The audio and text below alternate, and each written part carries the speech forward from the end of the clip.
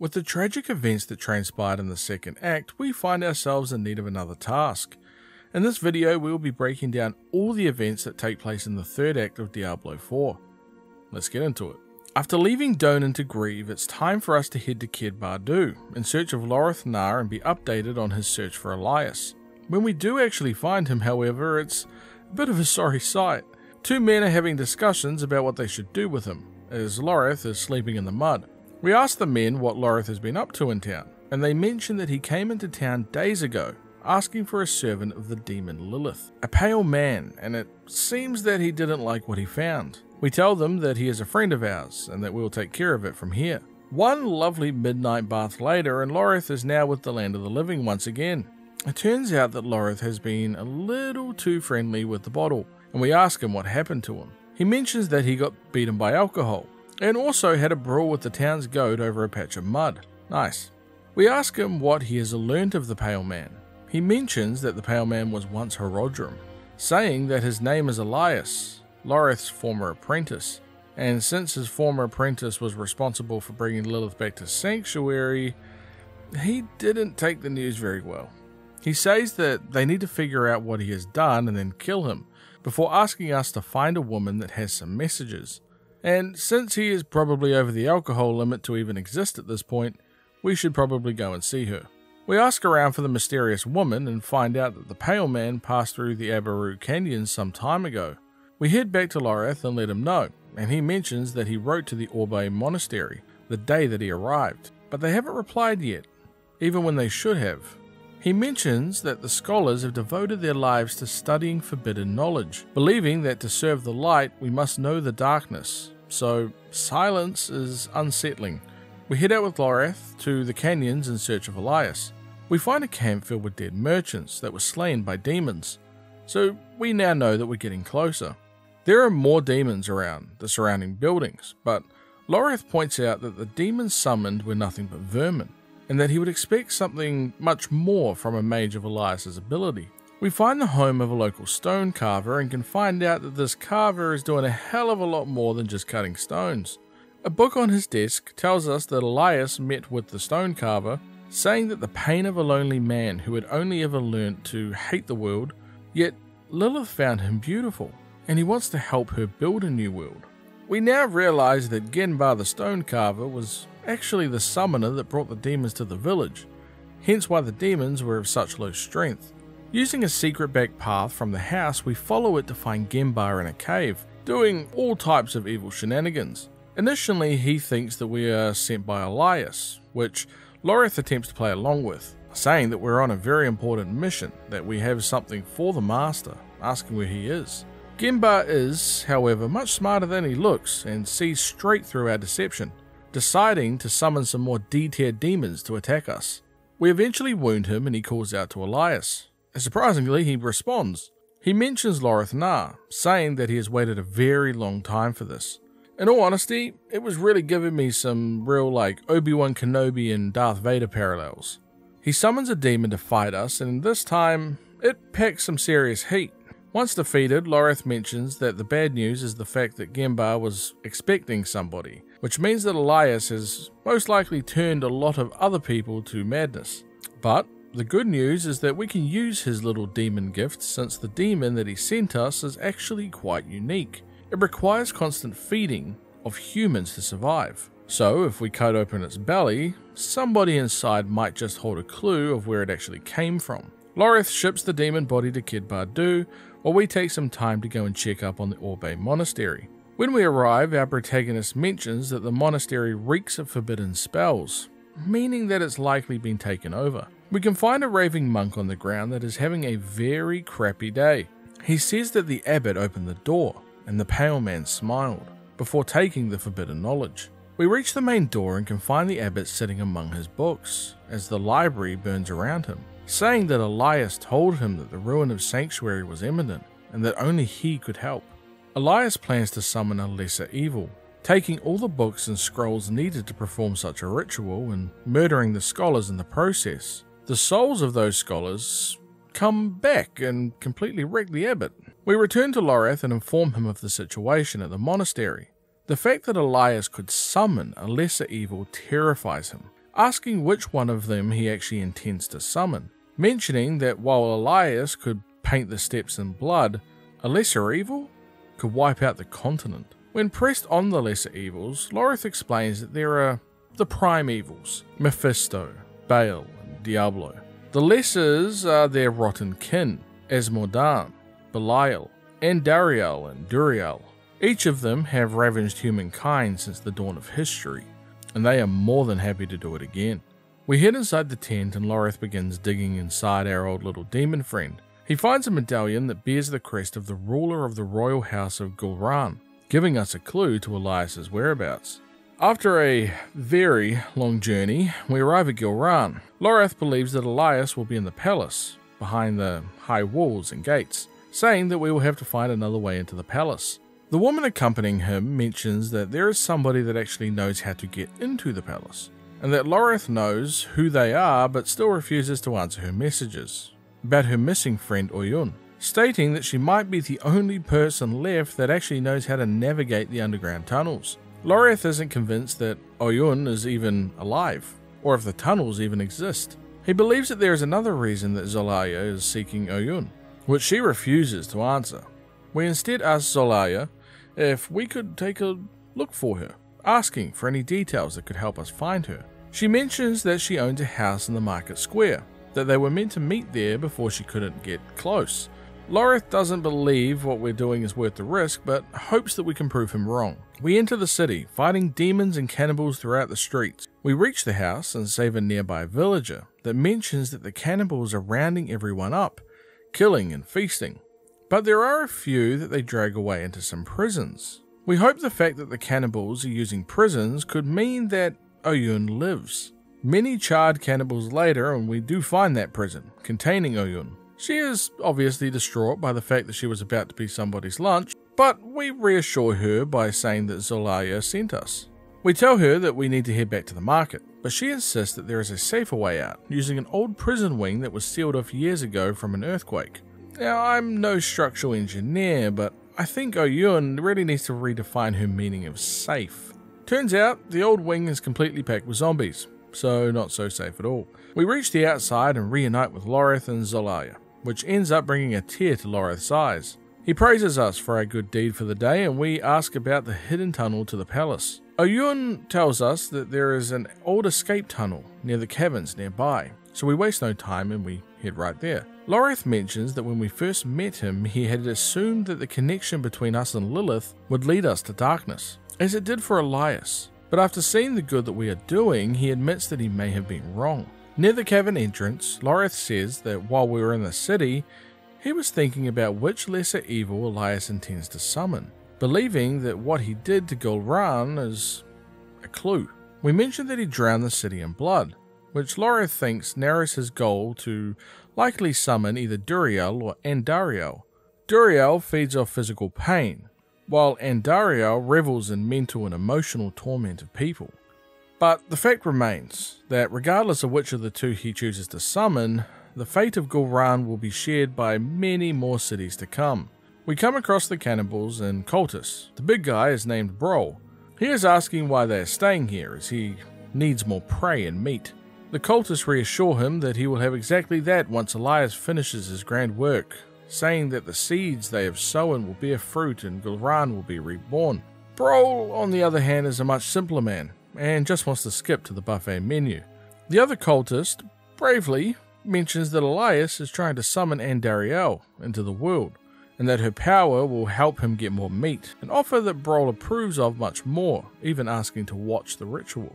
We find the personal library of Elias and find out some interesting things regarding his time in the Herodrum. Elias believed that he could use the power of the prime evils against them, fighting fire with fire essentially. Lorath gives him an ultimatum: stop or leave the Herodrum. You can probably guess which one he chooses. We reach a place named the Forsaken Ascent. It's a complete hellhole, literally. And Lorath mentions that the Triune are reclaiming their ancient temple. However, it's not as easy as just walking inside. Elias was researching something about the shrines to Mephisto, Baal, and Diablo, the three prime evils. And unfortunately, only the Blessed can open the way, which means that if you want to enter the ancient temple, you will need to be personally blessed by a prime evil. Lorath believes it to be incredibly risky, but we have little choice. The first statue that we visit is Baal, the Lord of Destruction. His influence has launched every war in history, never once tiring of conflict. In order for this to work, we must speak his true name, Tor Balos. We get hit with what I can only describe as a demon fart, and fall over. We recover and continue to the next shrine. The next is the shrine of Diablo, Lord of Terror. Every mortal fear, every nightmare, he is the root of it all. Once again, by speaking his true name, El Diabolos. The third and final shrine belongs to the Lord of Hatred, Mephisto, the father of Lilith. This one in particular will be a little dicey, since we technically have Lilith's blood inside of us. We get a little touchy with Lorath as we tell him that we can handle it. He points out that the power here is already agitating us. We tell him again that we can handle it, and ask him what Mephisto's true name is. Dul Mephistos. Lorath leaves to search for the temple, while instead of a demon fart, a portal opens up nearby, revealing that the bloodied wolf that saved us from the blizzard in Act 1 and helped us in the Herodrum puzzle, it turns out that this wolf is actually the prime evil Mephisto, Lord of Hatred. He insists that we can help each other, saying that the mortal Elias seeks to use the power of the primes for his own ends, mentioning that nobody knows their place anymore.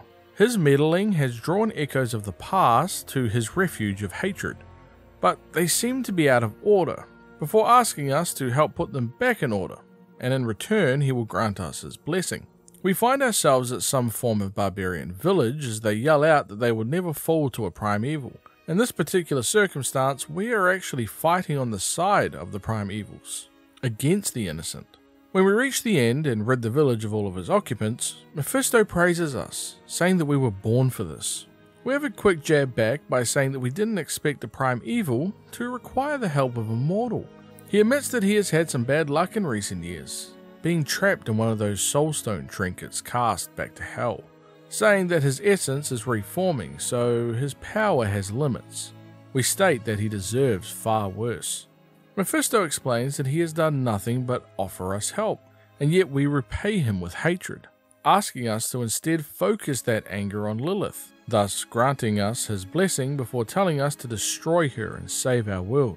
When asked briefly about the barbarians that we just slew, he says that they are actually in fact the victims of his brother Baal. He laid waste to the barbarian lands long before our time, stating that he wished to have seen it with his own eyes, but he had no part in it.